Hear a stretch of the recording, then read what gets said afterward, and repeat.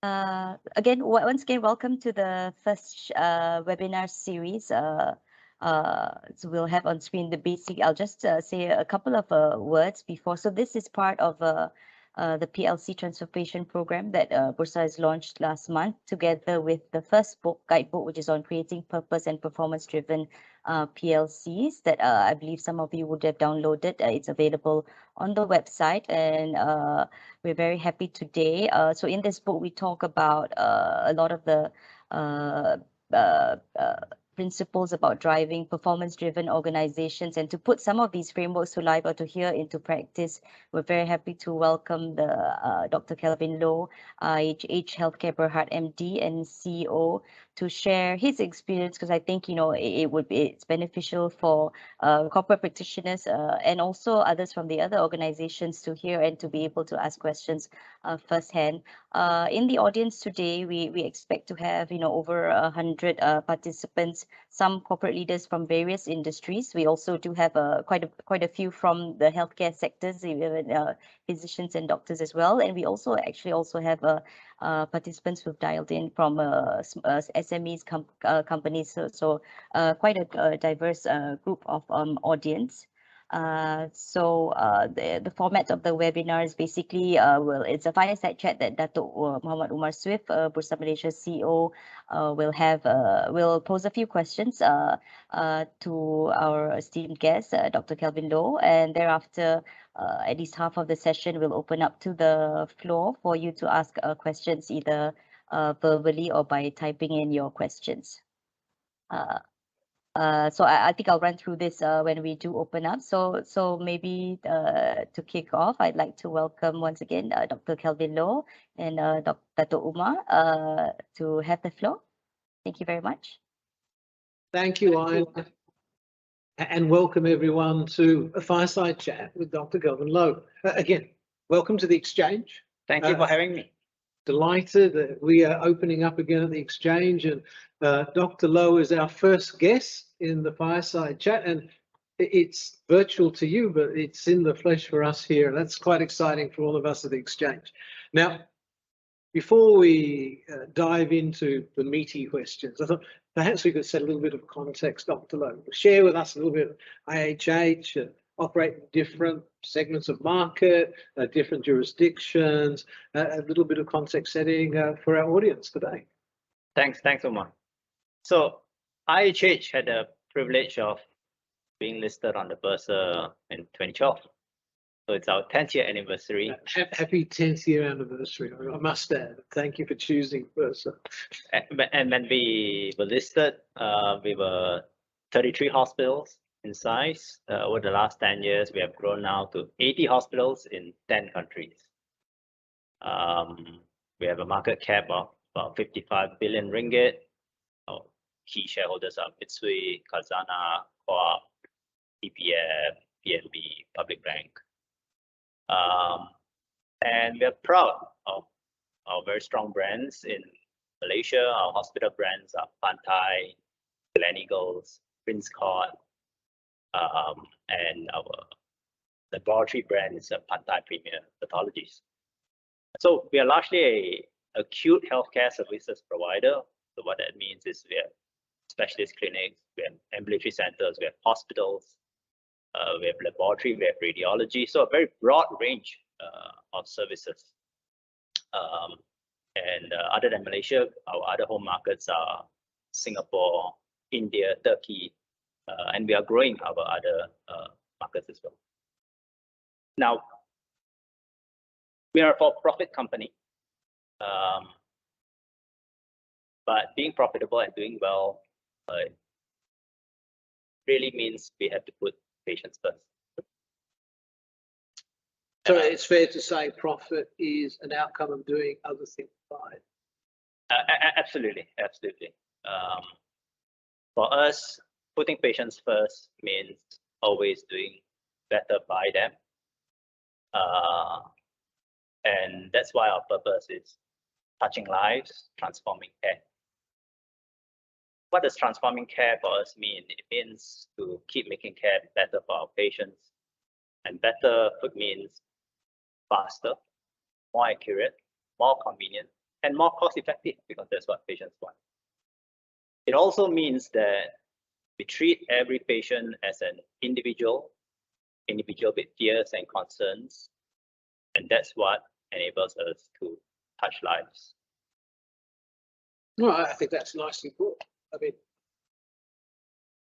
at the end of the day, we get our care right, we focus on our purpose, and we deliver on our brand. Really touching lives is really what it's about, because we want healthy people. That's the purpose of healthcare. Now, I think I must commend IHH for strong performance over the past decade on the exchange. Now, if you could recap the three highlights or more, if you like, and corresponding learning points by IHH being a purpose and performance-driven organisation.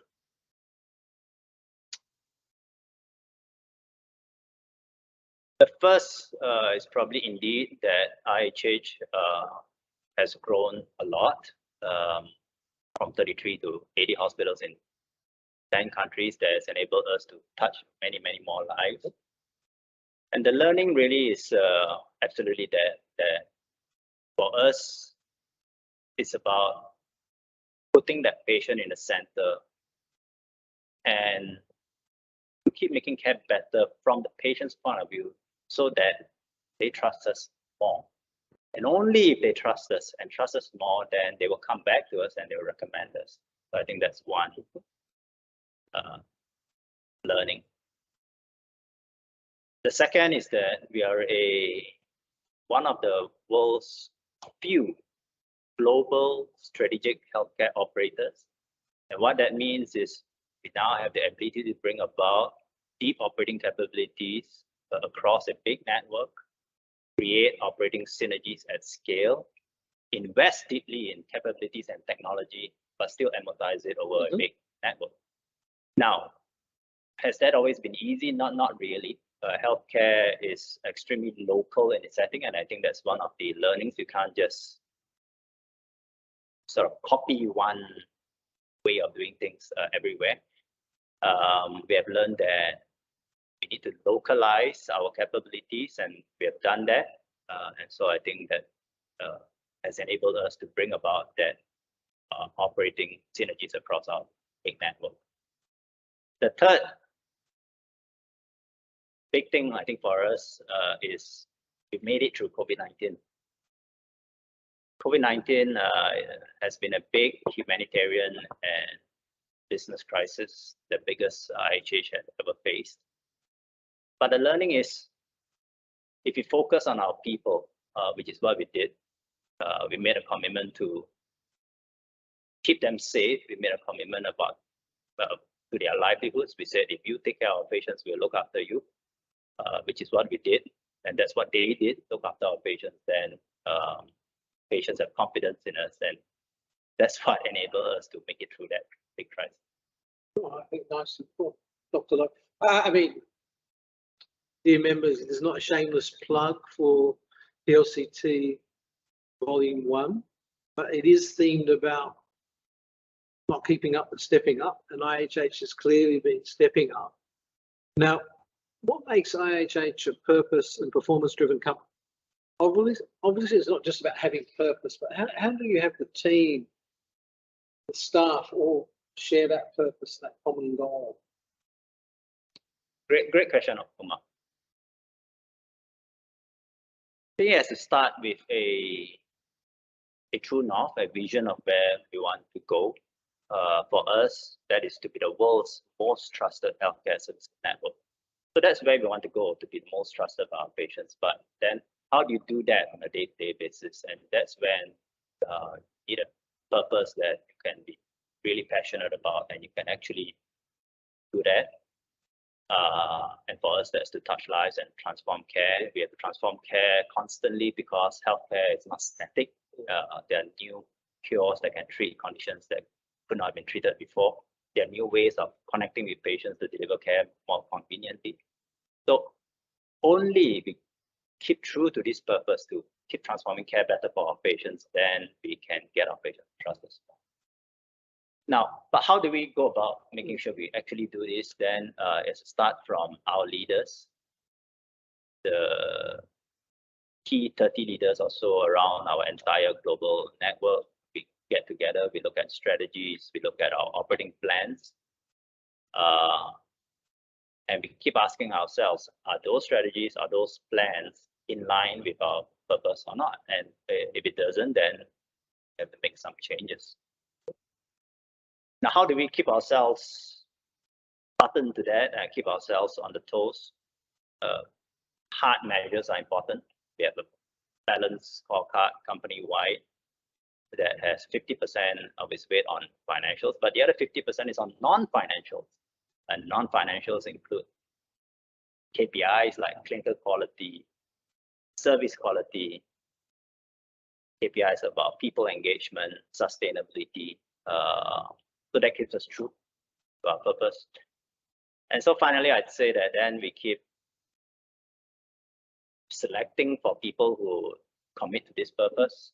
And I'm proud to say that the vast majority of our 65,000 staff deeply embrace this purpose, because that's what healthcare workers come to work to do. It's a calling. It's a calling. They come to work to impact our patients, to make a difference in their lives, to make their lives better.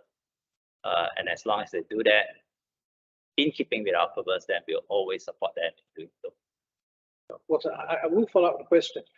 You'll see this is live because I'm now going to have a technical problem.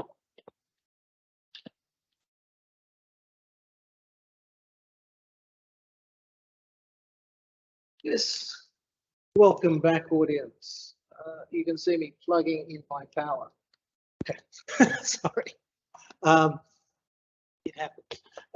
Now, clearly 65,000 people, souls, working at IHH. Now, how difficult it is to cascade and get a common understanding of purpose through that team? That's a really good question. I think that's a never-ending journey. You know, keep going at it. And again, firstly, it starts at the leadership and the commitment to leadership around that purpose. I think it's super important. And how do you make that commitment? It's about the day-to-day decisions on that our managers make that then speaks to the rest of our workforce as to, well, are you staying true to your purpose or not? I think that's one. And two, then I think is to have the conversations around with our staff, what are the right, what are wrong things to do. While it's strange, it may seem strange for me to say this, but even in the healthcare environment, which appears to be fairly regimented and has very strict standards with regards and protocols with regard to what you do in clinical care, but we have to believe that we can empower our staff to do the right things for our patients and just hold true to that purpose. And every time we see that, them exercising the autonomy to do that, then we have to celebrate it. We have to reward it, and I think then that creates resonance across the organization. Yeah. Excellent, excellent. Now, you touched on COVID-19 was a challenge, and challenge for all of us. But I can imagine, particularly in the healthcare sector, it was a particularly difficult time. When the pandemic started, no one quite understood what was transmission, how to treat it, because there was no protocols. And these would have been particularly challenging times. Now, if you could share with us the approach that you adopted at IHH to the right the strategy to work through, operationalize, because if you like, there are probably two pieces. A more difficult role for yourself as CEO of IHH is you have the care of your providing care to patients, providing care to your team, and then more importantly, you have your investors who are also interested in outcomes and what is happening, where you're going, because let's be frank, investors invest for return and dividends. COVID-19 over the last now 2 years has been the greatest humanitarian and business crisis IHH faced. At the start of the pandemic, which was Q2 of 2020, I remember it very clearly because alarm bells were going off everywhere. All we knew was that there's this big virus coming through, causing deaths. We knew it was causing deaths. We knew it was spreading fast. But how do you change operations? How do you react? We're not very sure. What we did see is that our business as usual went down dramatically, probably in order of magnitude 70 to 80%. So our business tanked. We were not profitable for the first time in many years of our history. There was fear amongst our staff, our doctors, our nurses. And at the same time, there were these patients who were waiting to be treated, and the patients were the ones who had COVID-19. And we asked ourselves, wow, what do we do? Didn't know if there was funding for treating COVID-19 patients or not. But because of that commitment to our vision and our purpose, our vision is to be the world's most trusted, then we said to ourselves, if we are to be the most trusted, then we have to take COVID-19 patients and figure out a way to keep them safe and keep our staff safe. So that's what we did. We were the first hospital groups, I think, in many of our markets to actually take in COVID-19 patients through our doors. We were also the first to participate in a lot of diagnostic PCR testing. And it was really great that our key shareholders supported this very strongly. I remember in the very darkest of times, our shareholders said to me, said to management, this is not the time to worry about your financial KPIs. This is the time to focus on that trust, on making sure that your people, your patients can trust you. And that's what we did for our patients. So our people, we said, we look after you, we look after your livelihoods, we'll keep you safe as we can, and that's what we did. That has done as well. It was difficult times, but we managed to treat both COVID-19 patients and continue operations with the non-COVID-19 patients. In fact, we were able to then, because of their commitment, figure out a way to deliver operations in a nimble way, switching between treating COVID-19 and non-COVID-19 patients, sometimes at the same time. And that trust came back in the system. Patients rebounded strongly, patient volumes rebounded strongly. And so we recovered strongly. So I guess in a nutshell, keeping true to our vision, to our purpose, and then figuring out a way to adjust operations nimbly to enable that is what has done. Yeah, I think, that dovetails to probably the next point. Very interested in exploring is short-term goals versus medium-term goals. You have fiscal KPIs and then non-financial KPIs as well, and balancing up. Markets love profit. Clearly, this was an investment in the future, and the right investment, because you're touching lives and transforming care. And That's you right. have to walk the talk. That's right. And then that is an investment in the future. And how do you strike that balance? I mean, as a leader, working with your board, working with the management team, because if you like, you're also a board member. You have that conversation with your peers. Then you also have your management team and you're striking that. Then you also have key stakeholders, governments, as well as your patients, as well as your team. That's a really good question. Thanks for that. I guess the first part of the answer is we can't run the company by focusing on quarterly results because that's a consequence of what you did a couple of quarters ago. So you have to focus on what's doing right by customers, in our case, by patients. How do you find that right balance? I think you have to have the right measures, the leading and lag indicators that tells you whether you're doing the right things, that keeps you going forward in the right direction for your customers and for your for your business. So like I said, in our case, we have financial measures. So 50% of it is financial measures like revenue growth, profitability, ROE. But we have very hard measures for doing for standing right by our stakeholders, our patients, and then our people, the public, and the planet. So for example, we have clinical measures where we actually measure the clinical outcomes for the costs that we incur.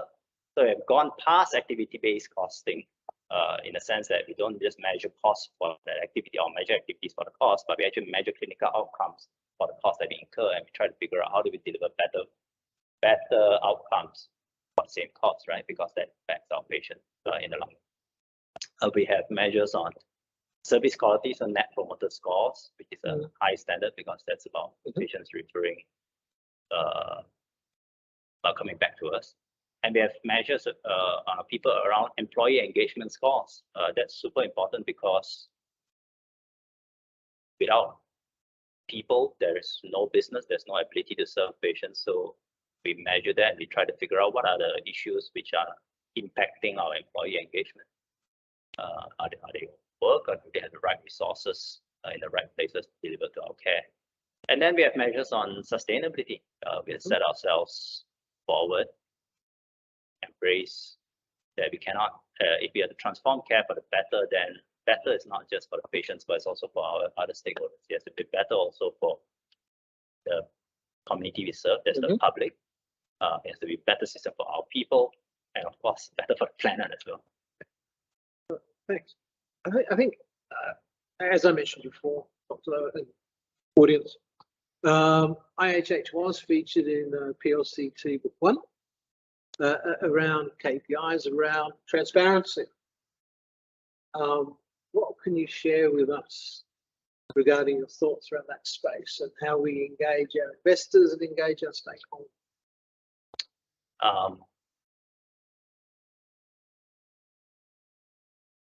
If we stay true to our purpose, then we have to be bold enough to put our goals out there, put ourselves out to say there are some financial goals that I want to achieve, but there must be also some of these other non-financial goals. So I think that's what we are doing. And it's a journey that we have to keep continuing and improving at. I think it's fair to say that while it's the easiest of it, it's reporting on P&L and balance sheet. And I think it's as we go down this journey and commit to our various stakeholders, then we should put out goals as well. For us, I'll tell you one step up that we are going to do. We will, across our global network, start to put out goals for reducing our carbon footprint, because healthcare too contributes to carbon footprint. Oh, excellent. And it's putting a little bit of heat on the exchange to do exactly the same thing as well.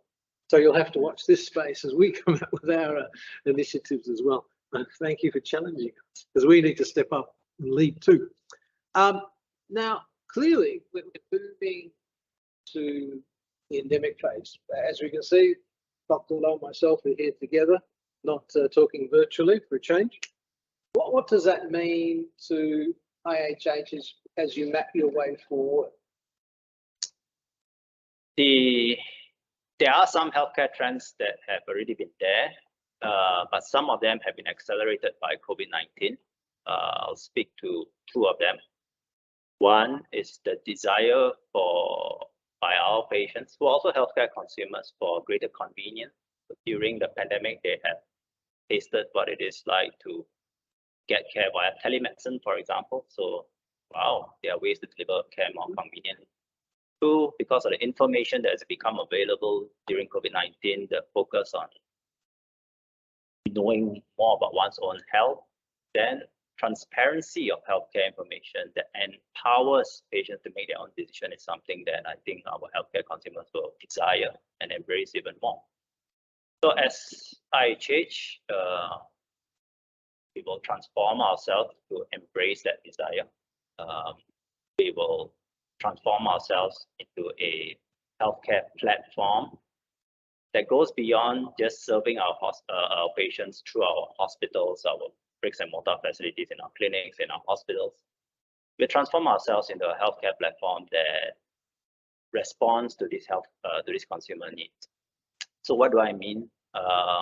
We are investing very heavily in digitalization. We are putting in about $100 million over 3 years to build out a digital platform. Now, but it's not a digital platform for the sake of digitalization.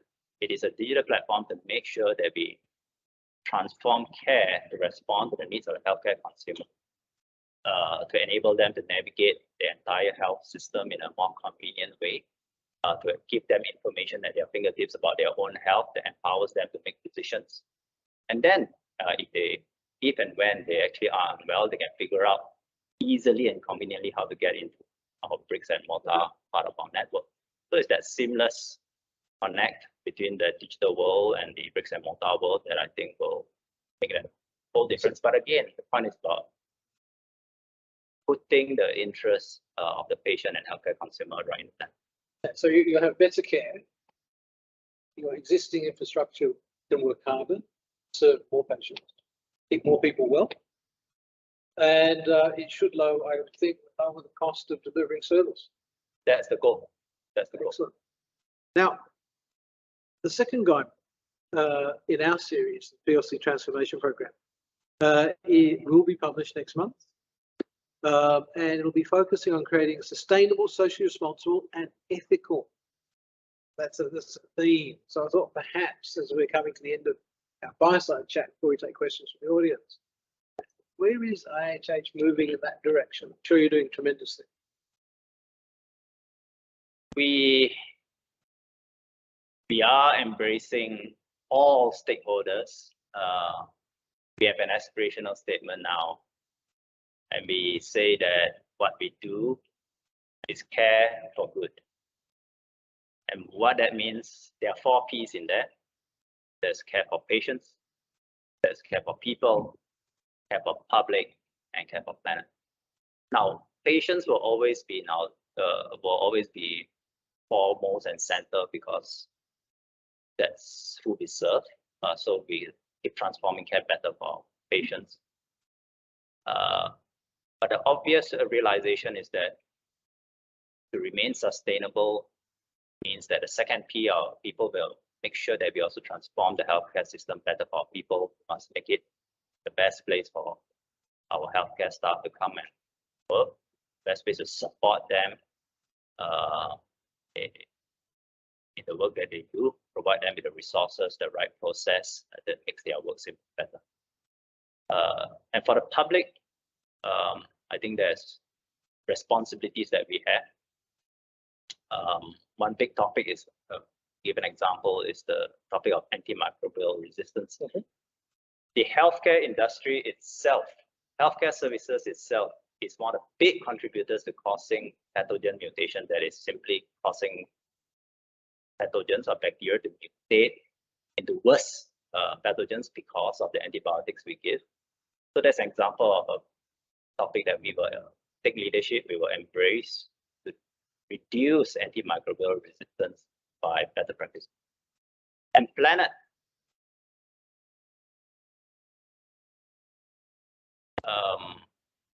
Mitigating the impact on climate change is the need of the hour. As we transform the care for patients, then we have to find ways also to reduce our carbon footprint. The healthcare industry contributes, I think, an estimated 4% to the whole carbon footprint. And as a global, responsible healthcare organization, that is clearly a topic we have.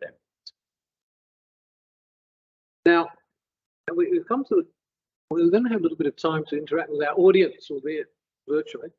So if I can encourage you to pose questions, if you raise your hand, Dr. Loh and myself will be happy to take questions. But I don't see any just yet. Why am I looking at the wrong? As we wait for more questions to come, let us chat. Perhaps, I mean, we share with the audience core values, foundations, cornerstone of your management philosophy, and how you brought that manifesting IHH. Well, our core values resonate with our purpose. Core values are patient first, integrity, teamwork, empathy, and if you think about it, then why are they important is because it helps us to reflect in terms of our individual behaviors as leaders, and then as managers down the line. It's what we do in line with those values or not, because if it's not in line, then I think our staff will see that we'll find it hard to believe that we stay true to our purpose. So I think embracing our values, making sure that our values are not just on the walls, it's something super important. How do you do that? Then it's about the day-to-day decisions that we make as leaders. And whenever we make decisions or we communicate, then our decisions, we have to make sure that's in line with our values. There's been a fairly robust debate. ESG cost or investment, and it's a tricky. I mean, it's not. I of course espouse it's investment. You need to future-proof. If you don't make necessary steps in the direction of being stranded, capital, and so on. But that journey, you need to balance it, because let me share some context. On the exchange, we have 940 companies, of which we have good adoption disclosure, but actually quality disclosure is quite varying. So we have companies like myself that are good. So we'll say my top 100, not by size, we have, let us say we have 100 that embraced and well on the way in the journey. Now I have then 840 who have some stepping up to do. But the conversation I'm having, profit, cost center, investment for future. I mean, how do you and the board management team at IHH balance that up? Because clearly we do need. Is it a trade-off? Now clearly we've seen PNB yesterday has announced its goals around ESG investing. It has 10 principles. Dr. Sri Amir, some 3 weeks ago, EPF has announced what it has 5 board statements of 10 principles. Again, around ESG. Now, what we're seeing is large institutional shareholders are sending a message you need to embrace. So there's this 2 themes perhaps I'd like to explore. One is ESG, cost or investment, and how do you balance that up? And then perhaps this other conversation about the ESG alpha. But let's have a conversation around the investment versus cost. And how do we get naysayers over the line to understand that it's not a cost, but it's an investment in the future? But thanks for that. And first off, I think even for us, clearly there is room for step up. And I guess for me, the answer is that it has to be an investment. It can appear to be a cost in the short run, but in my mind, it has to be an investment. Why do I say that? The journey of ESG that we embrace, frankly, in itself, that sustainability journey has to be sustainable. How does that then become sustainable or relevant? It must square with the business. It must be a journey that makes the business better, stronger, resilient. And only if you find that confluence in the company's ESG strategy, then I think keep doing it for the long term becomes an investment that has positive spin-off.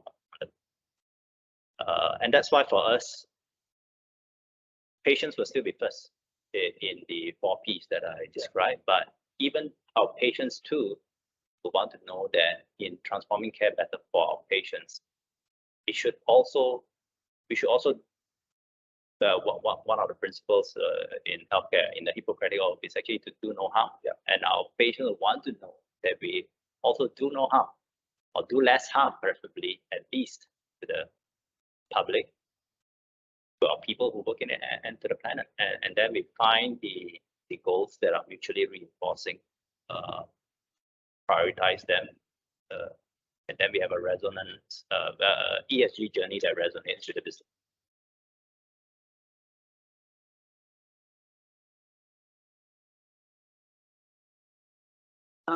We have a question from guests, a very specific financial performance. Dr. Loh, how sustainable Eastern and European and India performance in 2022 and beyond? Can you briefly explain the main strategies for these segments moving forward, if you're able to? Sure. Sure. We have an analyst amongst us today. So as a group, we delivered a strong set of financial results in 2021. Our net income came in at something like 1.86 billion ringgit, which was the highest actually in the history of company. And actually there was a mixture of probably two effects. One was due to a serious commitment that the company has made to restructure and structurally improve our P&L. Much of that came through that delivering operating synergies to our network, best operating practices. So that helped over the last couple of years. I think the second thing, it's fair to say that there was a fair bit of revenues that came in through COVID, especially laboratory testing and also treating patients. Now we're at a point of inflection in Q1, Q2. I think and I'm happy that the COVID-19 related services are actually going off, because that means we are getting out of the pandemic. And on the other hand, our non-COVID business or business as usual is coming back. So I guess that's a longer way of answering. Do I think that where we have come out by and large is sustainable? I think so. In 2022, I think it's a year that we go through that transition where COVID-related revenues will go off and then non-COVID revenues will come up. And that's true also for our India market, our Eastern European market. I don't foresee that it will that growth will fall off substantially, but will we see that same dramatic growth that we saw from 2020 to 21 and then continuing to 2022? Probably not, because of that. I mean, I think it's quite interesting. I mean, just thinking, healthcare group, healthcare is a business, for profit, but patient care is priority. How does IHH plan? Because doctors will want, I would assume doctors want one thing, or have a view, whatever that may be, and you'll have a whole strategic mapping. So the reason, what the question of mine is about cost reduction, what are we doing, how are we doing it, and then bring it to implementation. So marrying, if you like, management philosophy with patient care and striking that balance, while also bringing all of entity along on that journey. Now, it must be quite challenging. How do you approach that whole budgeting and planning cycle? Great question. And if we keep thinking about it as something that we try to trade off, it really becomes difficult. So the answer to that, the answer to that is we think not in terms of trade-offs, but we think in terms of true now, our vision of becoming most trusted, living that purpose. And then our leaders, our doctors see to that purpose. And as long as they understand why we keep driving that, we hope to believe they support it. The vast majority do. I'll give you an example. People often ask me, Dr. Loh, you are in the business of hospitals. Isn't keeping enough patients in hospitals longer better for your business? But that's not necessarily better for patients. So how do you strike that balance? And my answer is, we don't strike that balance. There's no need to strike such a balance. Doing the right thing for the patient is better for the business. And the reason is very simple. Firstly, our job is to make patients well faster, not to keep them in hospitals. We have to deliver the care as accurately as possible, as quickly as possible, so that patients can get well and go out of hospitals. That's the right thing to do. It's also the right thing for the business, because then actually you have a higher throughput or more efficiency through your hospital beds. If hospital bed is vacated, we can then take the next patient in. Yep. That's no good purpose for either patient or the hospital to simply be staying there longer than the. Okay. Same thing is true for making capital investments. You ask, well, doctors may want certain equipment. How do we strike that balance? And the answer is, in the end, there is a finite amount of resources, and even the doctors too will realize that investing in the right technologies, the right capability that does best for the patients, in the end is what keeps patients coming back, and in the end, what fulfills them. They do. So it doesn't necessarily mean that just spending costs in an efficient way is good. In fact, it's worse. I mean, we've seen models where private, during the pandemic, private hospitals supported public hospitals during the COVID. So if you like, electives was in private, public would take care of COVID. Is this a model that we'll see more of going forward? This flexibility, if you like, or cooperation between. We're not saying never the twain shall meet. I hear my friends who are doctors talk about public-private.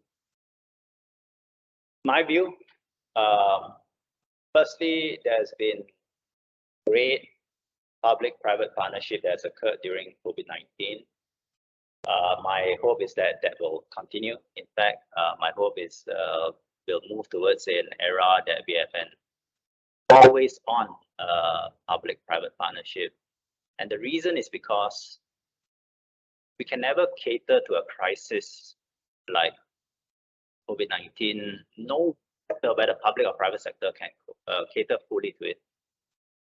There is sometimes talk about, oh, after this crisis, we should learn about how we can resource our public system better so that we can deal with the next crisis. We should have enough ICU beds. I don't think it's ever going to be possible. But if there is an always on public-private partnership, and there are always pockets of resources where you have more capacity in one place, and so on, and find a way to even out that demand and have some fluidity back and forth, then I think you create a better system, a more responsive one, and one that uses less resources.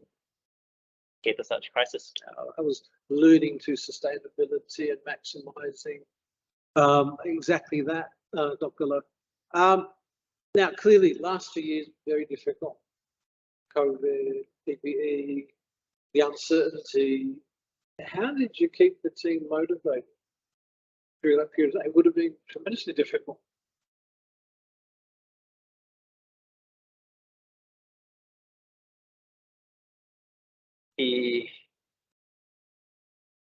Did you have a specific target? I mean, clearly you were engaging stakeholders. They were saying patient care first, so fiscal targets became less important. Did they take a complete backseat, or do we just less emphasize? It was difficult in the sense that the decisions we had to make were difficult, but it wasn't difficult to find the motivation amongst our healthcare staff. I can tell you that during the depths of COVID-19, we had the lowest resignation rate ever for many years. And that's because I think deep down our staff, our healthcare workers have that commitment to patients, and when they see the need of patients in hospitals, COVID-19 patients that are near death in ICU, but to be safe, they were there for them. They came back to work relentlessly. They came back to work not only to do their work, but to stay on many late hours. And our job was simply to support them, make sure that we do the best by them, provide them with the necessary tools and resources, and support them in every way we could. Pantai, Glen Eagles, Prince Court. Three very strong brand names. One would assume the hospitals are quite different. Clearly different structure, but do they have a common, they must have a, how do you have a common IHH theme, given some have been acquired along the journey?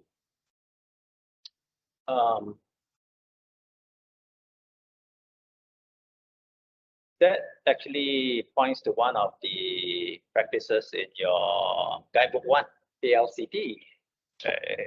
Just putting in a plug for that. That's about a clarity of a go-to-market strategy.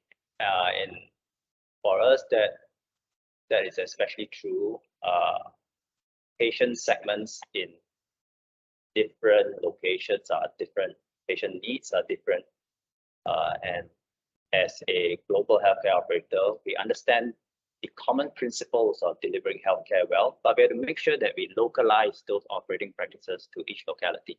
In fact, we go as far as to study individual patient streams, right? So the patient who comes repeatedly in because of heart failure, many episodes of heart failure, 75 years old, is very different from a young man coming in for appendectomy. Very different from the women who come to deliver babies. Our local patients' healthcare journey is very different from foreign patients that are coming in to hospitals like Prince Court. So what do?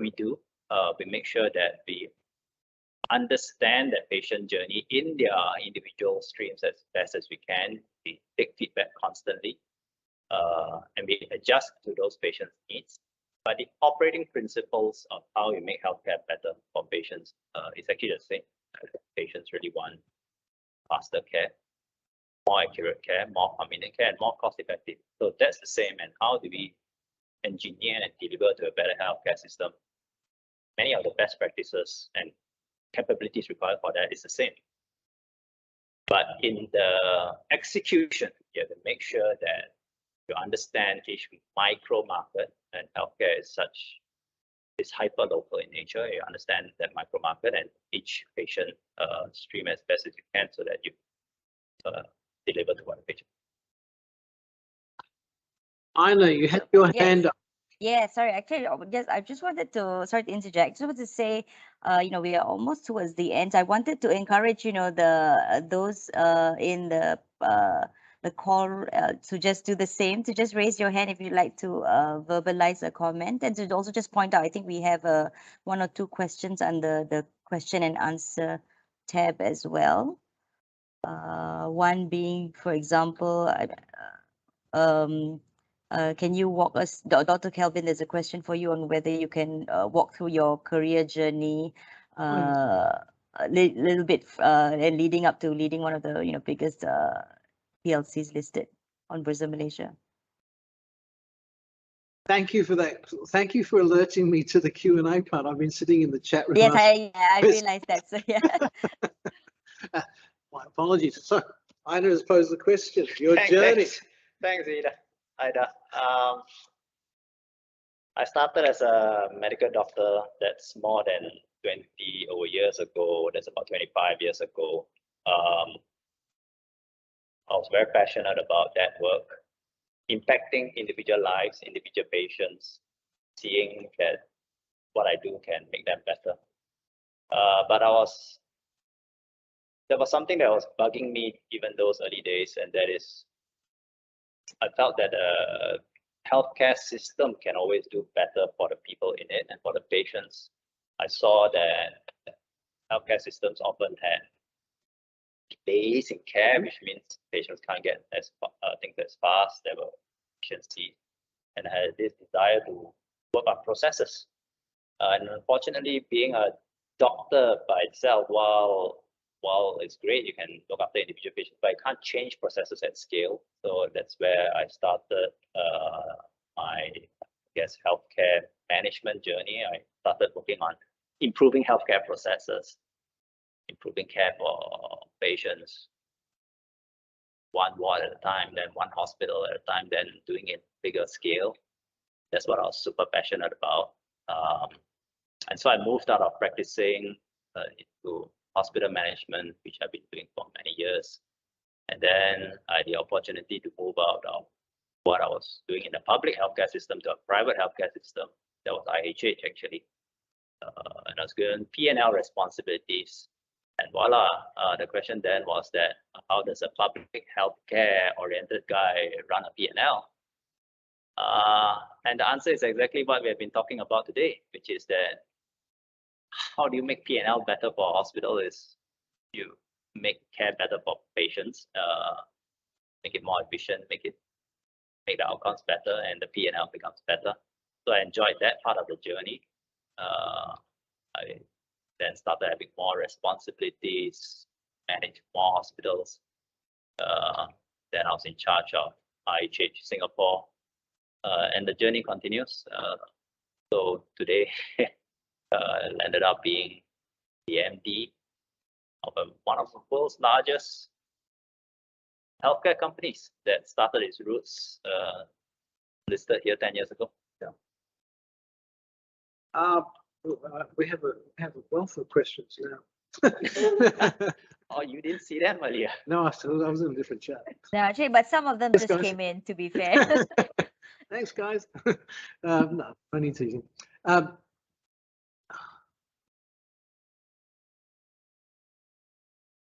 Now, getting back, so we have the sustainability question that's coming up, and I'll group a few questions together. Clearly, costs are always rising. I mean, it's been the headline. Inflation is back. With the threat of stagflation, everyone's very concerned. How is IHH managing costs while also managing and providing the best of care? Great question. The reality is that medical inflation is actually typically higher even than headline inflation for multiple reasons. The first is that there's more and more new technology that can treat the same condition, but it's for good because it's to treat conditions in ways that couldn't have been treated before. So what do? I don't think we can actually keep reducing the cost of healthcare. I think it's our job to help bend that healthcare cost inflation curve. So how do we do that? And that's back to what I was talking about, transforming care. Transforming care for the better is not just better by way of clinical outcomes, but it's also to find ways to do that more cost effective. I'll give you an example. Recently, we invested in a company called Lucence. It does liquid biopsy. Liquid biopsy is a way of testing for cancer, which means by just drawing drops of blood, you can test for cancer fragments in ways that cannot be done before. So the old way of testing for lung cancer is you have to put a patient in the operating theater, do a surgery, remove some tissue. Patient goes down to HDU and you study that tissue. It's a multi-day type effort. It costs money. The patient goes through some pain. But today you can do that by liquid biopsy, just drawing blood. Is that better for patient care? The answer is absolutely yes. Is this cost less for patient? The answer is yes. Is it disruption to our traditional business model? Yes, but it is the right thing to do. So it's an example of technology we should embrace because it's care that's better for patient and also more cost effective. And we have to keep doing that, to find ways to bring that whole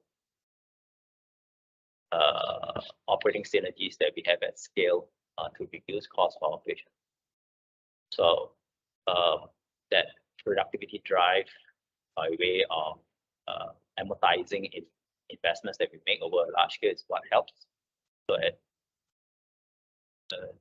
one of the obvious examples is investments in IT. Healthcare is complex. Much of it is IT driven. as we speak now, we are implementing our own proprietary hospital information system across multiple hospitals and across multiple countries. Why is that important? Not just for us that's important, it's because for that same investment that we make, and then we spread it across multiple hospitals and multiple countries, then we're actually amortizing that cost, right? So that helps us to bend that healthcare cost inflation. So IHH is moving to a harmonized single platform. There are many IT systems, but the core hospital information system will try to use the same one in many places. Do you have a philosophy where possible to clearly hospitals all have different life cycles, etc., when they've got different equipment, but the aim would be to have as much commonality as possible, one would assume. Is it a active decision-making process that we've done, Dr. Loh? It is to the extent that that commonality creates synergies and operating efficiencies, but not to the extent that it affects our ability to customize and localize care to particular segments. So it has to be different enough to cater for individual situations. So a hospital that is very focused on women's care, for example, treating breast cancers, the requirements for ultrasonography, which for the breast is quite different from the requirements of ultrasonography for the abdomen. Then you cannot then say that in the name of synergy and standardization, let's have the same ultrasound equipment. So you have to have different equipment. But the idea is, yes, we drive operating efficiencies, but never forget about keeping that patient's need. We're coming to a close of our time together, but I think there's a very good question posed from Zarina Bernama. How ESG affects IHH sustainable decisions, especially in terms of investment expansion? So how do you apply an ESG lens as you look to perhaps non-organic growth? So non-organic growth, I take it to mean making acquisitions, which we will. I think we have the balance sheet, we have the ability to grow through making acquisitions. But what gives us the authority and the right to do that is that we have to be able to use our system, our capabilities, to bring about a parenting advantage to improve any target acquisition. And improving that target acquisition means that we have to have line of sight to be able to use our the advantages that we can about to improve operations to make care better. And again, making care better means making care better from the patient's perspective. It does not mean that when we make an acquisition, then we harmonize practices for the sake of it. We recognize the superior operating practices in that locality, in that market. We recognize the needs of that market segment, but we bring about relevant capabilities and advantages that actually improves that target. And that is true also then for the sustainability topics, because when we say we bring about capabilities that makes care better, it has to be better for our patients, and it has to be better for the people operating it. It has to be better for the community at large, that's the public and the planet. But the same themes that I talked about earlier, we apply that to a target to acquisitions that we make. If I may, I'm going to indulge, if you indulge me, one or two more last questions we have from the audience. And Ali, I'm going to rephrase your question, if I may, a little bit. 65,000 people, 65,000 souls, all with their own aspirations and hopes. How do you bring about change and bring them on the journey? Because quite often there is resistance to change.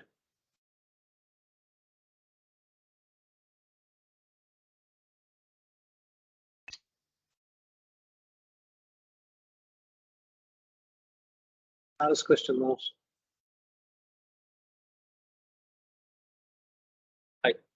I think the answer to that is we have to be consistent, and we have to stay true to our vision, to our purpose.